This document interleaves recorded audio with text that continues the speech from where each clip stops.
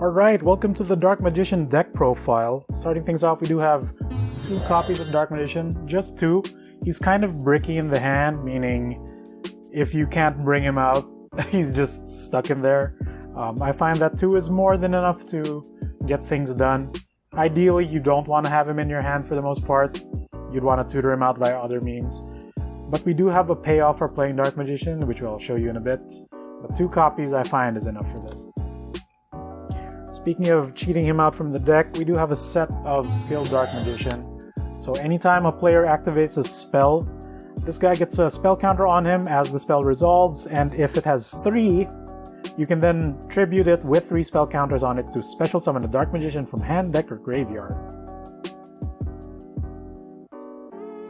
Also, another magician that we have is Skilled White Magician as a 3 of.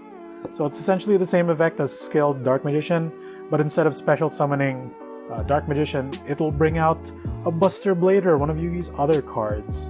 And since we're fighting dragons over on the other side, Buster Blader is an immediate threat that your opponent has to deal with.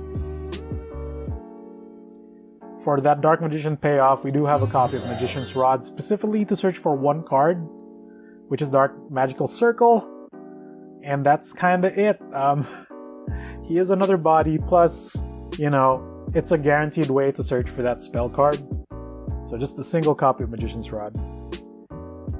To play with the spell counters a little bit more, we do have a copy of Breaker the Magical Knight, Breaker the Magical Warrior, and Defender the Magical Knight. So Breaker comes down, both of them actually, if they're normal summoned, they come down with a spell counter on him.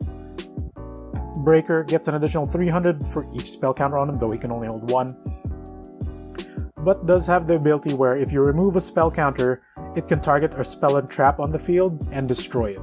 So that's your back row removal. And Defender has a once per turn effect where if a spellcaster monster on the field would be destroyed, you can remove a spell counter from your field.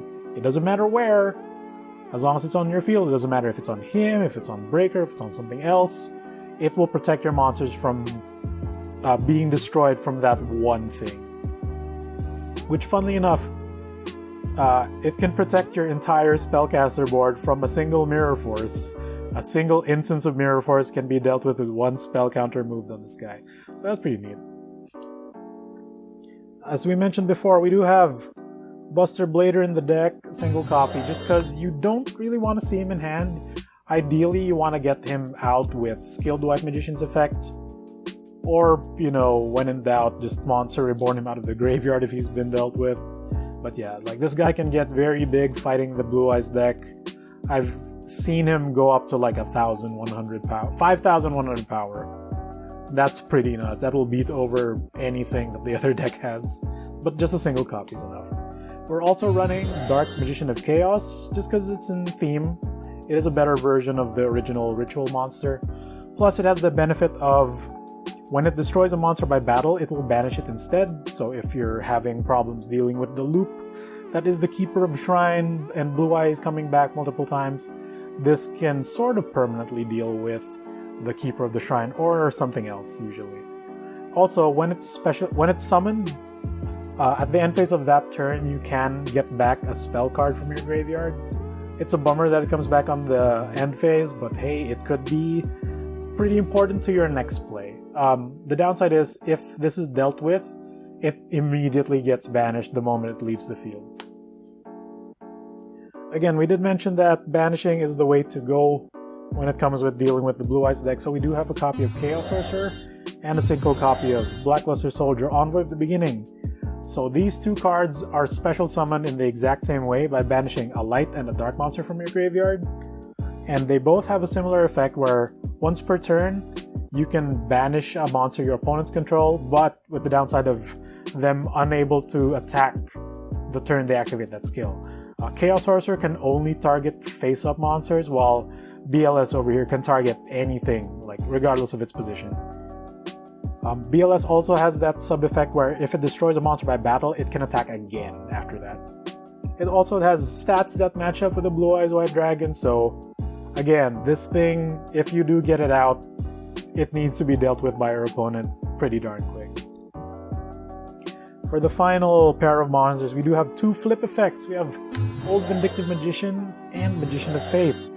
So Old Vindictive functions much like Maneater Bug, if you remember that, where if he's flipped face up, like if he's attacked, you can destroy a monster on your opponent's side of the field, or if you flip him up manually during your turn, you get the same effect.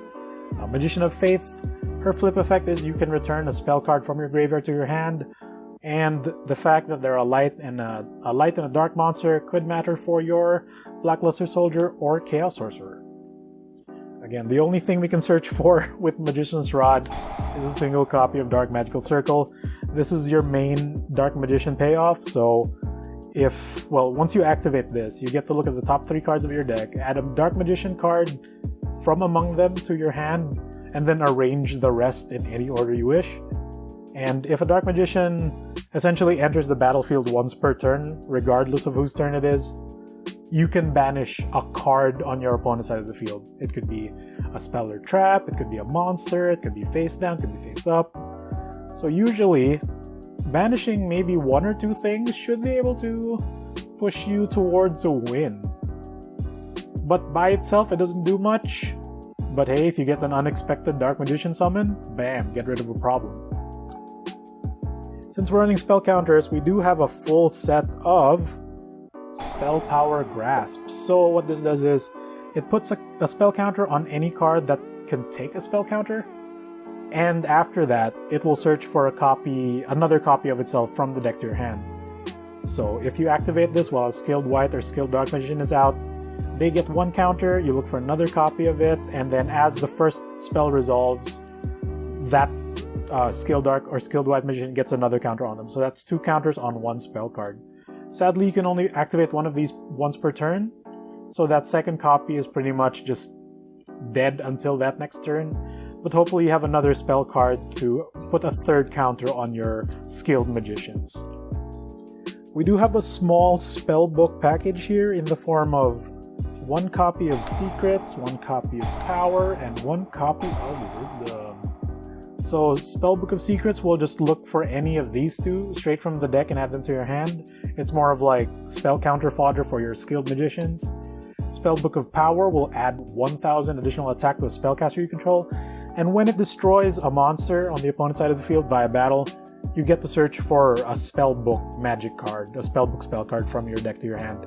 Spellbook of Wisdom is the quick play and can add a single form of protection to one of your spellcasters, be it either protection from spells until end of turn or protection against traps. So if you attack with like a Dark Magician and your opponent only has 1 back row, which happens to be, say for example, a Mirror Force, you can activate this in response to that, granted you've set it beforehand, or if it's your turn coming from your hand. I guess if it was a Mirror Force, you would have it in your hand since you're the one attacking. You can set it to protect your spellcaster from traps, meaning Mirror Force will not be able to destroy your Magician, and the attack still goes through. So, a single copy of this to round out the triple spell books. For removal, we do have 1 Magical Dimension as monster removal, and 1 Mystical Space Typhoon for backdoor removal. So Magical Dimension will require you to have a spellcaster on board, but you tribute it to special summon another spellcaster from your hand. So that's 1 way, or possibly the only real way of cheating out Dark Magician of Chaos. And if you do, you can then destroy another monster on the opponent's side of the field. So you're trading a monster on yours, but you get to cheat 1 out, and then you get to destroy another one on the other side via non-targeting effect. And MST is just MST. That's quick, solid backer removal. Another form of protection is My Body as a Shield, just as a one of. If your opponent activates a card that has an effect that destroys 1 or more monsters on your field, pay 1500 life points to negate the activation of the card and destroy it. So this can activate with either Tribute to the Doomed or, Dark Hole, even Mirror Force. As long as it's a destroy effect, this will protect either a single monster you control or, depending on the effect of the other one, your entire board. So that's come clutch a lot more times than you'd expect. Speaking of clutch, we do have a single copy of Book of Moon. This thing is pretty darn amazing. It's a quick play spell that can turn a face-up monster on the field into face-down defense. So if your opponent has has a way to empty your field and then brings out a Blue Eyes out of nowhere. You can then choose this to flip it face down before its attack can get through and just stop it for a turn, and hopefully be able to rebuild your board right after that. Or if your monster is targeted for like a destroy effect and whatnot, this can also be used on your own monster to save it from said destroy effect. Because if you flip your monster face down and their spell or trap requires a target monster to be destroyed, it will essentially lose its target and not resolve. So Book of Moon has come in also pretty darn clutch. Tempo piece. We have Swords of Revealing Light. You all know this. This will stop your opponent from attacking for 3 turns. And since this requires a lot of build-up to get to its win conditions, one of its various win conditions, this is usually like your saving grace a lot of the time. Plus, it's also spell counter fodder, so if you just need an extra one to activate your skilled magicians, while also wanting to have some insurance for the next like 2 to 3 turns, granted this doesn't get destroyed, this has also been pretty darn useful. Your draw package is just 2. We have Shard of Greed and Pot of Duality. These are also in the Blue Eyes deck. I believe the reloaded starter decks did come with a single copy of Shard of Greed each, and Pot of Duality is just like a really good dig 3, pick 1 type of thing. So Pot of Greed is banned, but this is a good alternative if you're playing slow, which these decks aren't competitive, so they're pretty darn slow, but they are balanced against each other, so that I find Shard of Greed is a pretty darn good card for them. To end the spells, we do have your typical Monster Reborn and a Dark Hole. So just board clearing and nondescript reanimation for anything from anyone's graveyards. These are really good. To the traps. To further fuel the spell counters theme, we do have a single copy of Pitch Black Power Stone. So by itself, it's pretty hot garbage. It's usually a dead card unless you have things that can take spell counters. And if you do, then it becomes pretty good. Because, like I said, Defender the Magical Knight, it doesn't matter where the spell counters are on your field as long as they're on your field. So you can remove, if your spellcasters are going to be destroyed and you do have a spell counter on this, you can remove it from the trap card itself to also prevent destruction. So there's that. It's pretty risky utility, but it comes along really useful when given the chance. As for our sort of tempo and removal piece in trap form, since we are playing a little slower than the Blue Eyes, we do have a bottomless trap hole, which again is a banishing effect. Also, this targets any summon, be it normal or special, or flip summon as well. So if you Book of Moon one of theirs and they flip it back up, bam, bottomless trap hole, send it to the Shadow Realm. Since Blue Eyes is just significantly more powerful than almost every monster in the Dark Magician deck outside of Buster Blader maybe, Shadow Spell is pretty darn good. Not quite removal, but it will stop whatever it's trapped from attacking, changing battle position, and also weaken its attack by 700, which is enough to weaken a Blue Eyes for your Dark Magician to plow through with a Dark Magic attack. Compulsory Evacuation Device. So this is just a full-on bounce a thing back. So if they exude, like if they spend all their resources to special summon a Blue Eyes White Dragon, as it's about to attack, return it to their hand, and they're left with nothing. And a single copy of Waboku, just because it will prevent your stuff from being destroyed by battle. And if you have none, it will also prevent you from taking damage for that turn. Another classic card that came in the really old starter decks as well. Like, this is from starter deck Yugi, like the original one, so kudos to that. Lastly, for our two remaining traps. Again, single copy of Call of the Haunted and a single copy of Mirror Force. Some old staples that are still really good. So that's it for the Dark Magician deck. I hope you guys like it. There's just a bunch of them here. But yeah, I hope you like it. I hope you have fun. I hope you try the two decks out and let us know.